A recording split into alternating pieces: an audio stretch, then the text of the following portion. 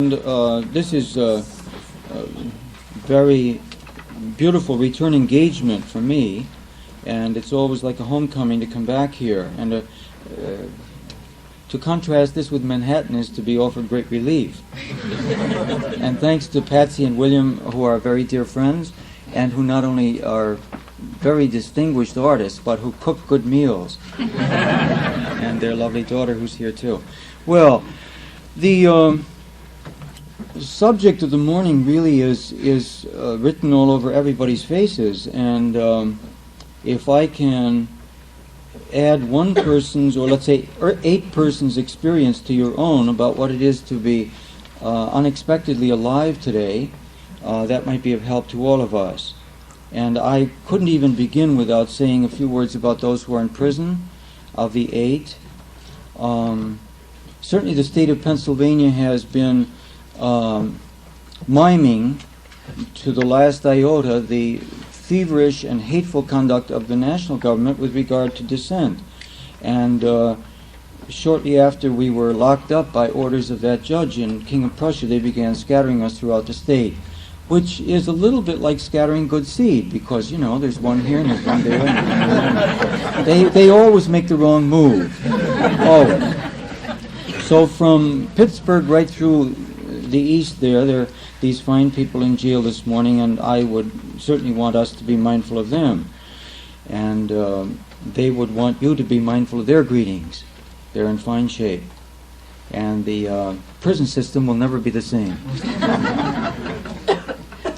Well, what mainly occurs to me this morning are a few moments in that sentencing that I would like to kind of offer as a mutual reflection.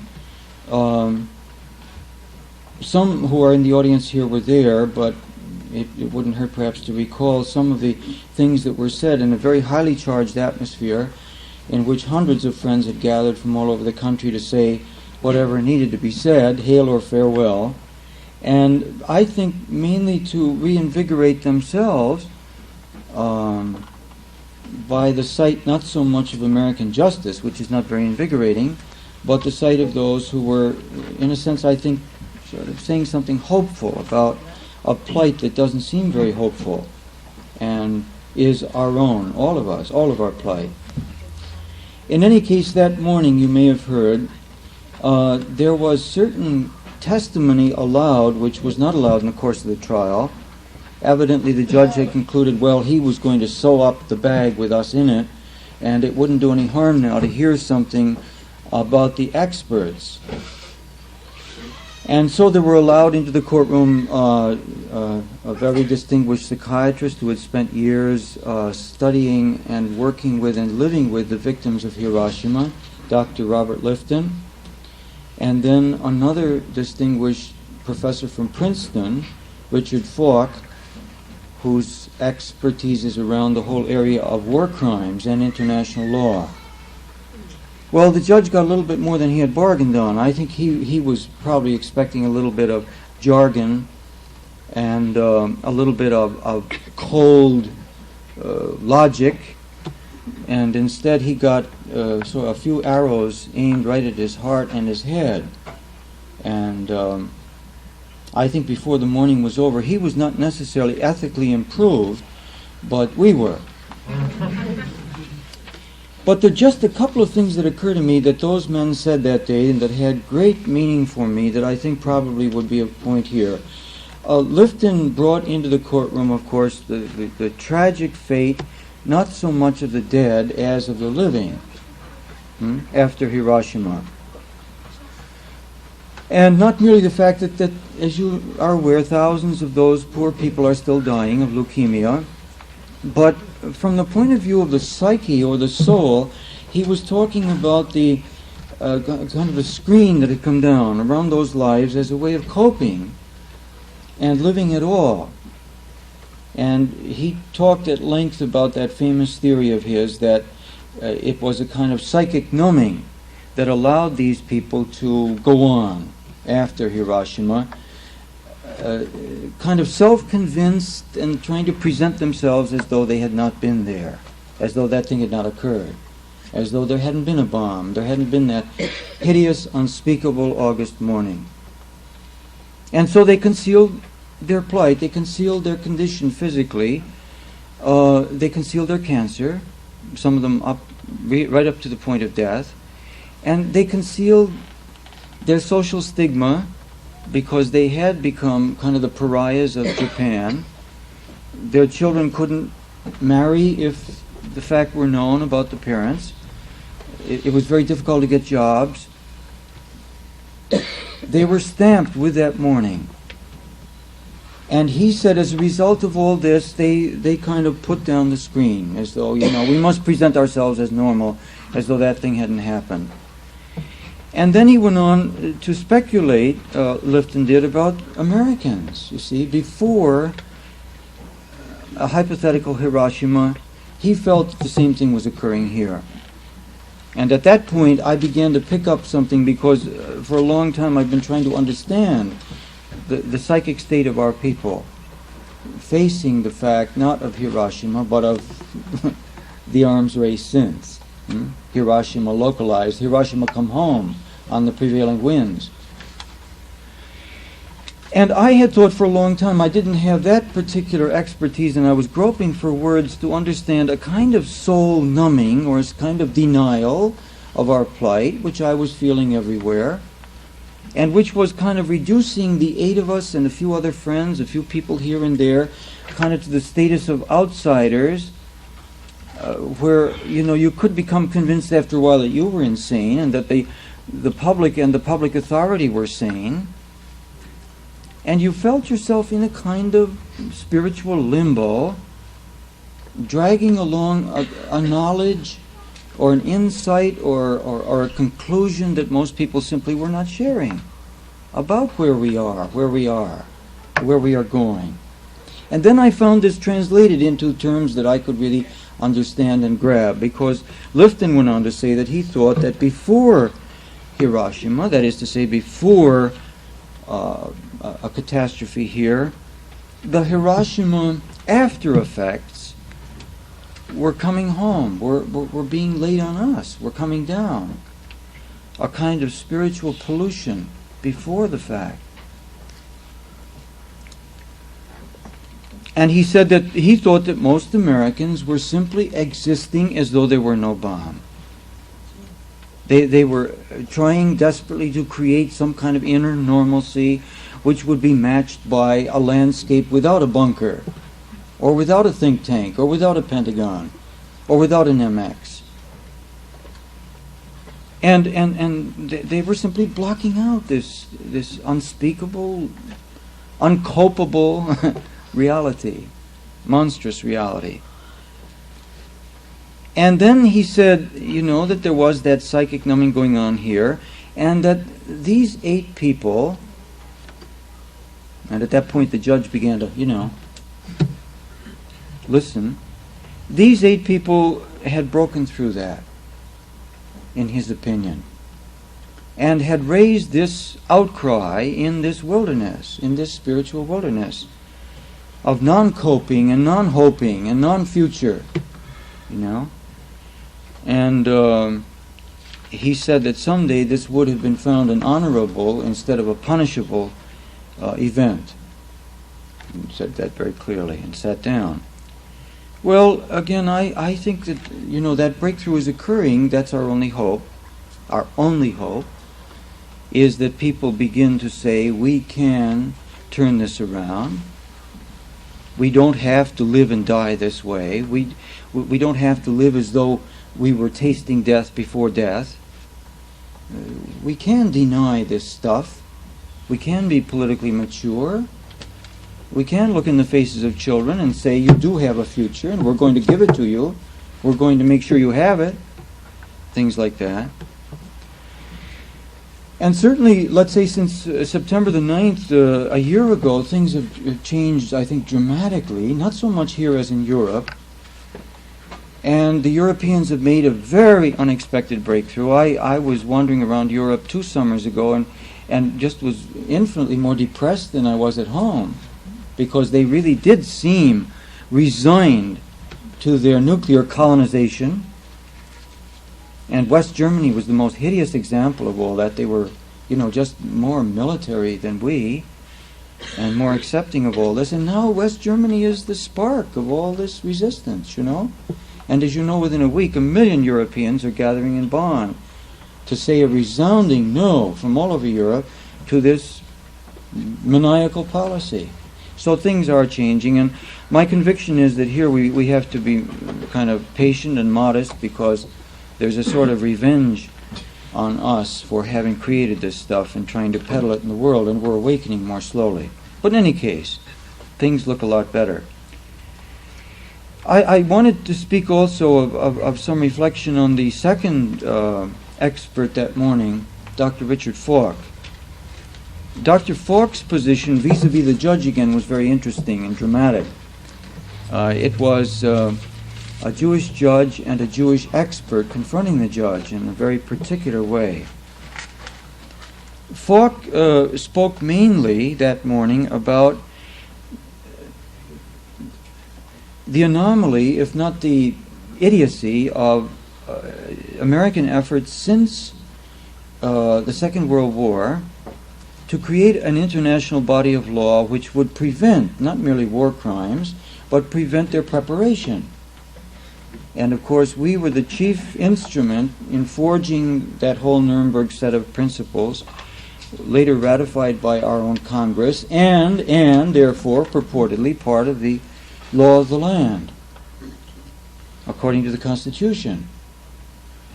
And he was saying what the judge had never allowed John Schuchard, our lawyer and one of the defendants, to say in the course of the trial, that we had a case in virtue of international law domestically approved by the Congress.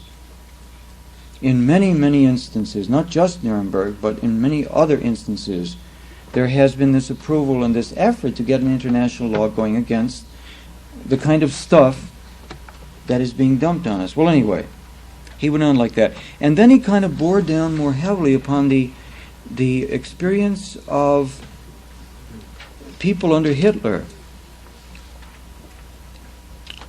and began to say something that again became extraordinarily uncomfortable for this judge. He said that he wanted to speak this morning more especially about the degradation of the judiciary under Hitler, and the way in which Hitler had been able to enlist the law of the land in favor of genocide. Well, this was really quite something, as you can see. And he said what Hitler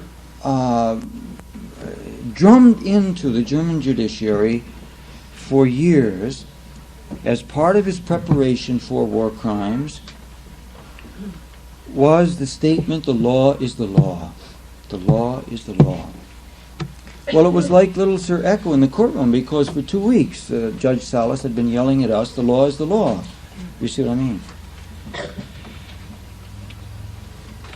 That principle, narrowly applied, disposed of effectively, either by legal murder or by legal silencing, disposed of all sorts of untidy people under Hitler. Disposed of them legally, either through capital punishment or through exile or through torture or through jailings. In any case, disposed of them. Falk said, looking straight at the judge, the same process is going on in this courtroom with your help.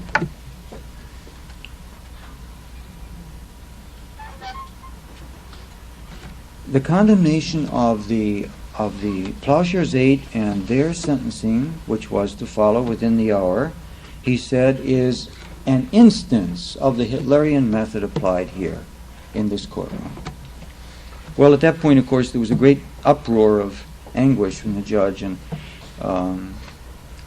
he was so out of his depth with this great scholar and this man of conscience that he really could only blare away and try to corner him, and he got nowhere. Do you mean to say you would approve or advise these people to break the law? And Falk, without ruffling a feather, said, I want it known that I honor them for what they have done. And he stepped down. Well,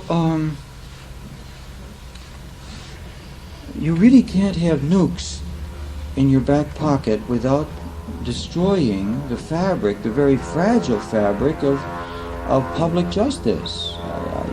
think that's the conclusion that we've learned the hard way, and that other people are going to have to learn in other ways. But you know what? I think what is worrisome, apart from our experience, is this creation of an atmosphere in which law and order, under that kind of rubric, are fast becoming official lawlessness and disorder.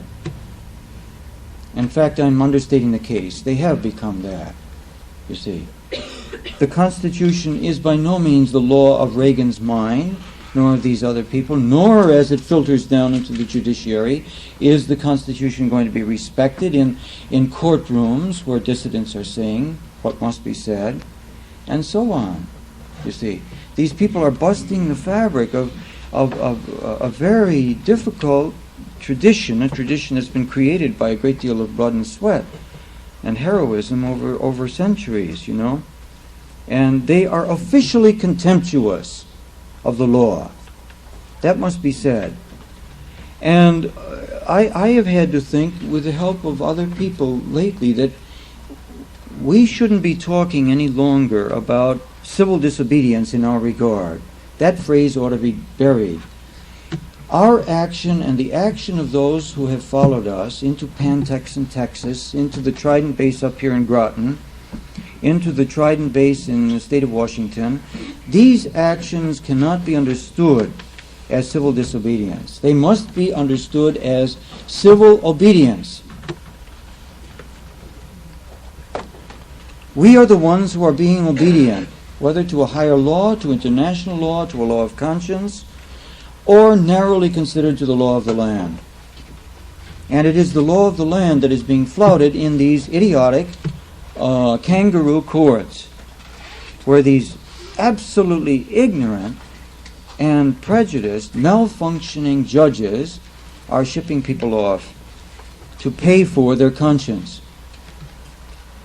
And I see these things, I hope, in a spirit that's very positive. For me, it's much more intriguing and interesting humanly to go forward in an obedient frame of mind, an obedient understanding of one's own life, than it is to see ourselves as lawbreakers. That's absolutely absurd, you see. Absolutely absurd and unreal in the instance. And it is, you know, a kind of healing of understanding, to see ourselves not merely within a rampageous American system at the top, but to see ourselves as Americans within a larger humanity struggling for its real life. And the reason among us are in prisons, and they're really not very pleasant places, especially in Pennsylvania, this morning is, I think, exactly in tune with that larger understanding. You see, we want to be identified with the people of El Salvador and with the people of Southern Africa and with the people of the Philippines and the people of Chile and all of those who are the real hope and who are suffering infinitely more than ourselves in trying to express and embody that hope, as we know. And it's just that sense of being linked with reality, rather than this absurd, flimsy, violent system that is threatening to bring the world down and that is calling itself legal, you know. I bring all of that up because I think a true sense of ourselves is so important if the energies of our heart are to gather about the real tasks, you know. I think that anyone in this room should be able to look in the face of a child and say, I am an obedient person, I am obeying the law of life, and that's one way of saying I love and cherish you, and that I would break the law in your favor. Like that. Very immediate, very concrete. Well,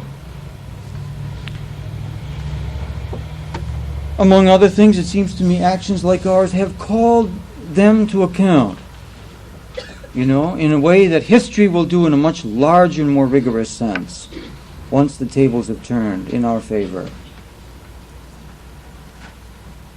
From perhaps another point of view, I often think of these poor, hopeless, entrapped, enslaved minds that believe we can have a world and have children and have these bombs. I often think, what access do they have to any reality except ours? You know?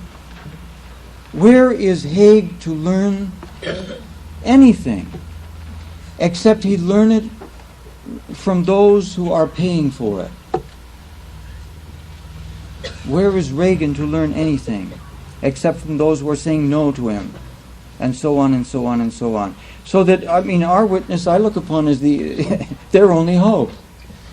They're certainly not getting it around their cabinet table. And I think that's another aspect of things that we should grant place to. You know, our witness is extraordinarily important in any world that wants to call itself a tomorrow, let alone a today. You know. Well, it's some of those reflections that occur to me. I think that something is happening across the land which we can take heart from. It's really happening across the world.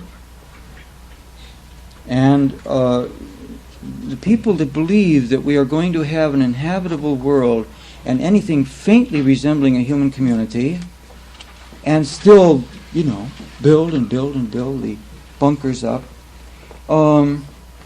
they are going to be much more seriously challenged in the months ahead, let alone the years ahead. And I think, you know, we must see ourselves as part of that challenge. It's a very difficult time. And it doesn't begin and end here.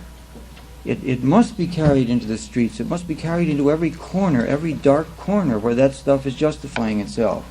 And we must multiply the impact of conscience at every possible level, as we did during the Vietnam years. We must make it politically impossible for these people to continue in office in the way in which they're now functioning, as we made it politically impossible to continue the Vietnam War. So that our own discipline, our own sense of sacrifice, our own kind of easy riding of the benefits, the filthy benefits of this system, all of these things are being reviewed by us as a matter of life and death itself, you know?